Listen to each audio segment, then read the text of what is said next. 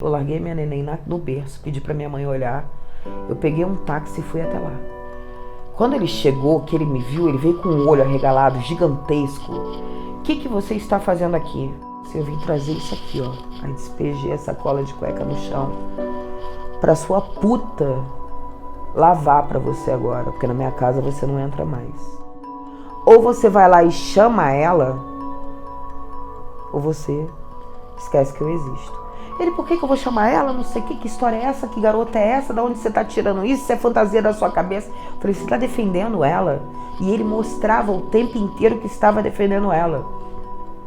Hoje em dia, com a maturidade que eu tenho, eu analiso. Cara, ela só fez o papel de puta dela, de pegar um cara casado. Quem me devia respeito era ele não teve isso. Mas na hora eu queria matar ela. Hoje em dia eu penso que talvez, e foi realmente o que aconteceu, segundo relatos dela mesmo pra mim, é que ela foi tão iludida por ele quanto eu fui. O cara era tóxico demais. E aí eu peguei um táxi, voltei pra casa, larguei tudo lá, peguei um táxi, voltei pra casa e vim pensando com aquela cena na cabeça, cara, eu me humilhei de um jeito. Por que eu fiz isso? Eu nunca precisei disso na minha vida. Olha que ponto que eu cheguei. Tudo pra manter pra minha filha um pai e uma mãe junto? Que história é essa? Quem sou eu nessa história? Por que eu fiz isso comigo? Eu comecei a me culpar. Se eu não tivesse comido tal coisa, se eu não tivesse engordado, se eu não tivesse engravidado, se de repente, todas as vezes que ele se negou a usar camisinha, eu tivesse me entupido de pílula no dia seguinte. Eu comecei a pensar em tanta coisa ruim e me julgar por aquilo. Eu em momento nenhum voltei minha cabeça para dizer que não presta é ele. Eu penso nisso hoje, com a maturidade e a superação que eu adquiri. Mas na época, eu só conseguia pensar da seguinte forma. Cara, você errou, por isso você perdeu o cara. Por isso é que ele começou a olhar para outras mulheres. Porque você errou. Olha que absurdo, eu cheguei a botar em xeque a minha maternidade. Que era uma coisa que eu queria tanto, que era engravidar, eu cheguei a botar em xeque isso. Eu cheguei a pensar, caramba, se eu não tivesse engravidado, apesar dele não ter usado camisinha, eu poderia ter tomado uma pílula no dia seguinte, talvez ele ainda continuasse a me desejar. Porque eu tava tão cega por aquele amor, eu tava tão cega por aquele homem, que eu acreditava que a culpa toda de tudo era minha. Ao invés de ser realmente de quem era, que era dele, que não soube valorizar tudo aquilo que ele tinha. Pô, o cara passou um tempão desempregado, cara. E tava ali eu e a minha mãe ajudando o cara. O cara tava em um outro município diferente, longe da família dele. Tava eu e minha mãe dando um teto pro cara sair daquele lugar sombrio que era o alojamento de um quartel frio. E mesmo assim eu fiquei me subjugando. E aí ele se ajoelhou na minha frente, pediu desculpa, disse que sabia que ele tinha errado, mas que ele me queria de volta, que eu é que era o amor da vida dele, que ele não queria me perder e nem perder a filha dele, porque a gente estava constituindo uma família. Tudo aquilo que o cara usa pra poder dobrar a gente, sabe? Ele usou o meu ponto fraco, que é o quê? Eu queria uma família Doriana e o cara tava falando ali, agora eu vou te dar essa família Doriana. Eu tô reconhecendo o meu erro e vou te dar o que você quer. E aí ele falou, tanto que ele que nunca tinha sonhado em casar oficialmente, eu quero que você case comigo. Eu vou oficializar a nossa relação para mostrar para você que ela lá do Patins não significa nada na minha vida. Corri atrás de documentação, eu tinha feito estágio na Defensoria Pública, consegui lá com a Defensora Pública os papéis necessários pra gente casar, tudo bem rápido. E eu peguei e fui, marquei o casamento com ele. Mas foi uma coisa bem simples, porque a minha mãe já estava saturada daquilo tudo. E a minha mãe não quis fazer uma comemoração muito grande, nem nada. Então a gente casou no cartório, fez um almoço só para os mais chegados. Só que eu fiz questão de mandar o convite de casamento pro trabalho dele. Endereçado a todos. Para ela ver. Olha o que você significa na vida dele. Nada. Ele tá oficializando comigo. E você não passou de uma puta do qual ele foi distrair a cabeça dele. Você só foi o brinquedinho. E eu enviei esse convite pra lá, a gente casou e tal. E aí ele passou num concurso público pra cidade onde a família dele morava, que é a 4 horas de distância de carro lá da Ilha do Governador, do Rio de Janeiro, onde eu morava com a minha família. E ele virou e falou assim, olha, pô, passei no concurso pra lá, vamos pra lá. Só que eu tinha uma uma qualidade de vida com a minha família, eu tinha um conforto totalmente diferente da vida que a família dele vivia lá no município. Eles moravam numa comunidade carente, era totalmente diferente do que eu estava acostumado, do meu padrão de vida. Mesmo assim, eu fiz questão de abandonar tudo. Porque eu cresci com aquele ideal na cabeça de que uma boa esposa, ela larga tudo para seguir o seu marido. E foi o que eu fiz.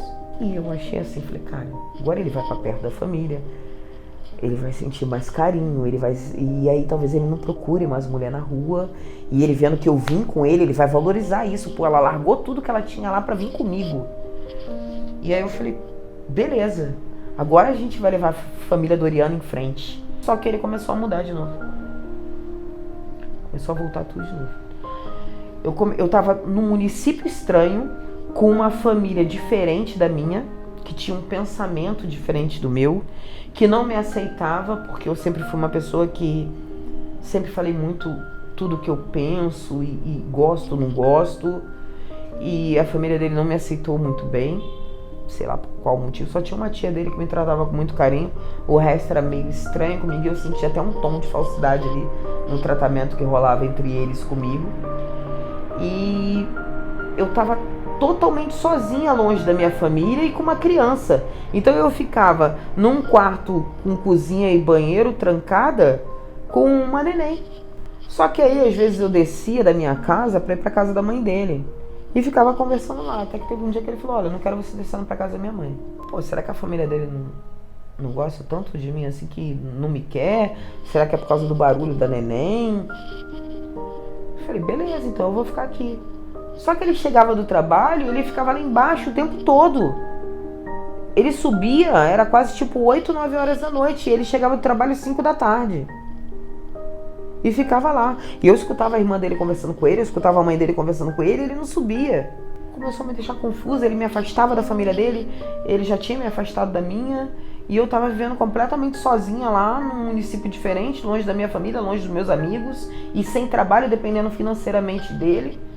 E aquilo tava me enlouquecendo, me sufocando. Era um sentimento de solidão muito grande. Era um sentimento assim, meu, o que eu tô fazendo de errado? Por que ele não subiu ainda? A neném começou a falar e ela ficava papai, papai, papai, gritando pelo vão de ventilação, gritando pelo portão, e ele não dava nem atenção, e a família dele não ligava.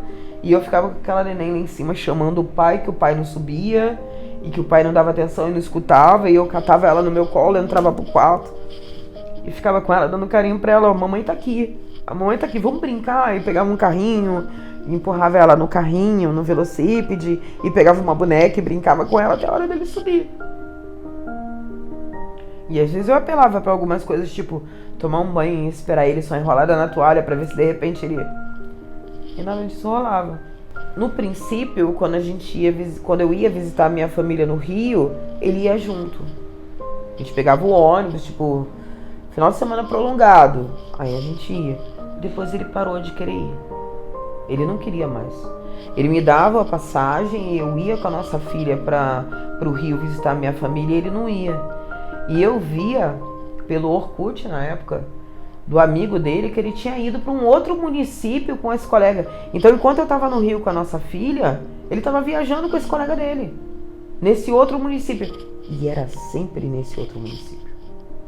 Era sempre no mesmo lugar. Até que teve uma vez que, na cama, ele me chamou por outro nome. Eu engoli aquilo seco. Fingi que não escutei nada. O que eu tive foi um sentimento de revolta muito grande, porque eu tava ali me dedicando, eu tinha abdicado da minha vida inteira pra estar com aquele cara. Eu tinha abdicado minha faculdade, eu tinha abdicado minha família, meus amigos. Eu tinha abdicado um conforto incrível que eu tinha na minha casa pra morar numa comunidade carente, completamente diferente de tudo daquilo que eu vivia. Aonde na casa da minha mãe eu tinha empregada pra fazer tudo, pra eu passar, lavar, passar, cozinhar, cuidar de filho, lavar banheiro e fazer tudo. E eu falei, gente, e esse cara ainda me chama por outro nome? Nessa hora? Na hora que a gente tá tendo um relacionamento sexual? Eu falei, porra, não dá mais, cara. Não dá. Como eu dependia financeiramente dele e tudo que eu fosse gastar, ele cobrava conta. Tipo, se eu ia no mercado comprar alguma coisa, ele, quanto que é? Quanto que eu tenho que te dar dinheiro? Quanto que vai vir de troco? Porque ele era assim. Eu virei pra ele e falei, olha, o aniversário do meu afilhado tá chegando, que o filho mais novo do meu irmão tem a idade da minha filha primogênita. E aí eu peguei e falei, ó, tô indo para o aniversário do meu sobrinho, você vai comigo? Mas eu já sabia que a resposta era não.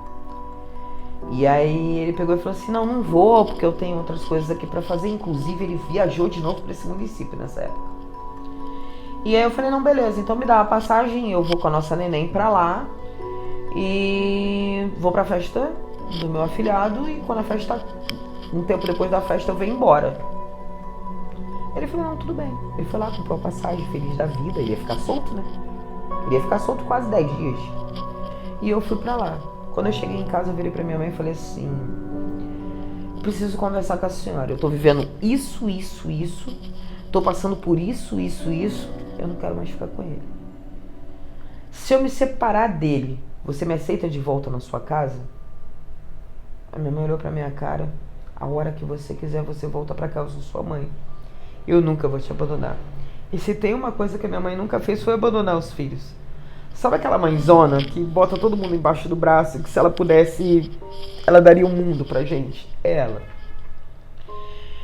E eu falei, mãe, então pra eu não perder esse ritmo que eu tô e antes que ele me dobre, eu vou telefonar pra ele agora. Ela pega o telefone e vai lá e liga. Eu liguei pra ele e falei, olha, é o seguinte, não tá dando mais certo. Faz um favor pra mim, pra você, fica por aí que eu vou ficar por aqui.